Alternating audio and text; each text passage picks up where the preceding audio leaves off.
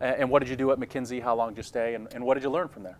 I learned that you could get paid at McKinsey for doing very little work if you work the system well. No, it's actually, that's not a joke. I think they're still paying me. I still charge all my lunches to AT&T. Yeah, McKinsey is, look, it's a great firm. I met a lot of great people there. I think it wasn't necessarily for me, and I'll talk about that from the perspective of sort of how I saw it, and then also how I probably interacted with the firm. So it's very much, consulting is very much sort of academic business. It's a good place to start, I think, to learn some skills if you want, but it is very much academic business. It's a lot of very maybe high IQ people who aren't tremendously commercial all the time. That didn't really fit me as well culturally, so I think that was one thing. I do think that, to be fair to McKinsey, I also sort of came out of college and signed up for this job and figured, oh wow, I'm gonna be a consultant. They'll just have me like, I'll be advising Bill Gates personally at Microsoft, because that's what they should have me do, because I'm so wonderful. So I don't think I really had the mindset of being, investing to be a great employee.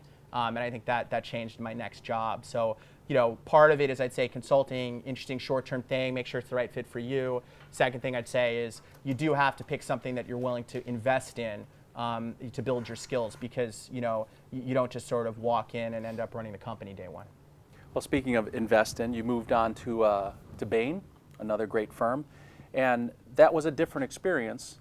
Tell us what you did there and why, you know, what you learned and why it was valuable to you. Yeah, so I ended up going, after I finished at McKinsey, to Bain Capital, so which is the private equity firm, and it's now, I don't know, they manage $60–70 billion across multiple locations. At the time I went, from 97 to 99, they had a $500 million buyout fund. It was run, most people know Mitt Romney, because he's run for president unsuccessfully. So Mitt ran the firm, and it was 50 investment professionals. And that was a lot of work. I definitely worked a lot harder than McKinsey, but I learned a ton about business, because basically, in essence, what they're doing as opposed to consulting is investing money, not only their LP's money, but their own money. They'd invest alongside it, and they would let us, as junior employees, invest our money in the deals. So you really had a vested interest in the outcome of it.